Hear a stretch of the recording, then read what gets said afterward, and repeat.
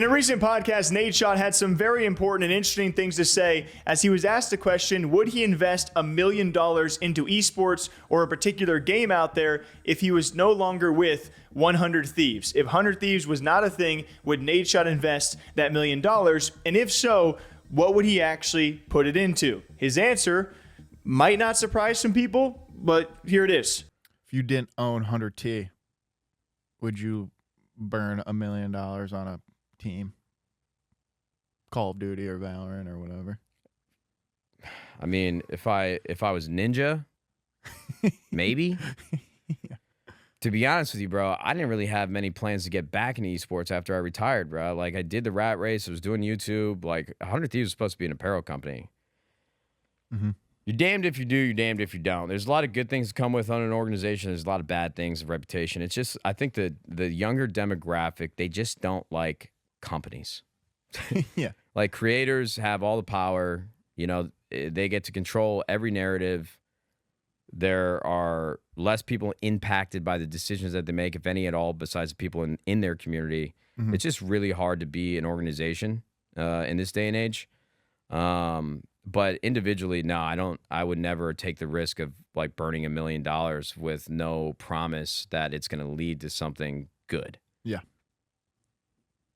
I think that's fair to say. I think I would be more calculated with what my approach would be. Mm-hmm.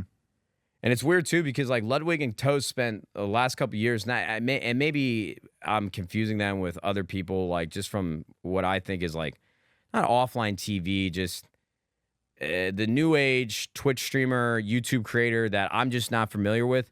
I just remember having so much, not resentment, just feeling discouraged by the amount of poking fun at esports teams. I'm like, man, you know, I've been in your shoes before. Like, I understand the pessimism, and a lot of times, like, people will tweet things because they know the community will be behind them and they'll think it's funny and it's an opportunity to get engagement.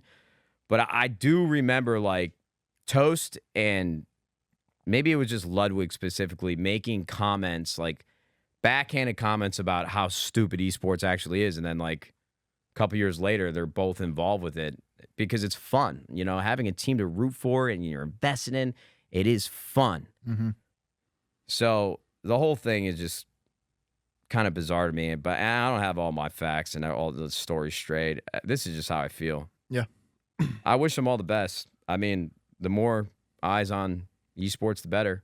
And he makes the comparison if he was someone like Ninja, right? Ninja has made a lot of money, has had a couple big bags come through, has tens of millions of dollars most likely with the smart investments he has probably made. A lot more disposable income than someone like Nadeshot, who did not choose the content creation and streaming route, but to own an esports organization. If he was Ninja, he would maybe do so. Ironically so, because Ninja has actually tried those kind of things. Back in the day with Valorant, he actually fielded a Valorant roster for, you know, not too long a time, but he was fielding that roster and paying all of their salaries. He also makes the comparison to someone like Toast or Ludwig, who have done similar things in esports. Of course, we have Charlie, that being Moist Critical, now co-owning their organization, Moist Esports, with Ludwig. And then we have Toast, who has spent an exorbitant amount of money in both Valorant and League of Legends. And he's just being honest. You know, he's saying that 100 Thieves was not started as an esports organization. It was a clothing brand. In the current climate of the space, when you just have $1 million, and there's a lot more nuance when it comes to talking about investing $1 million into esports,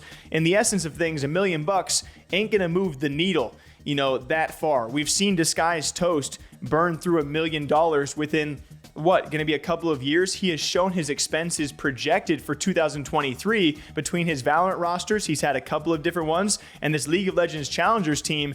You know, a lot of these guys, they have money to burn for something fun to do, but that's very different from trying to make that into a profitable business, something Nadeshot and many others are still, you know, striving to actually achieve. So I feel like it's a tough question because you're asking Nadeshot if he could maybe go back in time, and you're seeing all these streamers making tens of millions of dollars. Meanwhile, he chose the business route, an esports organization, which in its current climate is a cutthroat business, which is very difficult to succeed in. So I appreciate the honesty, but it's also interesting his thoughts on Ludwig and Toast. And it kind of makes you think, will they last in the space? No matter how much they spend, can they figure out something differently? You know, they're obviously making a lot of content around this, pushing a lot of eyes towards esports. That is awesome.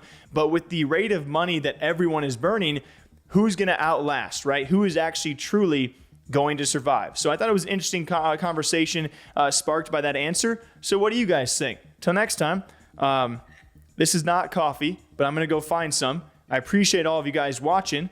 So we'll see you back here sometime soon. Bye.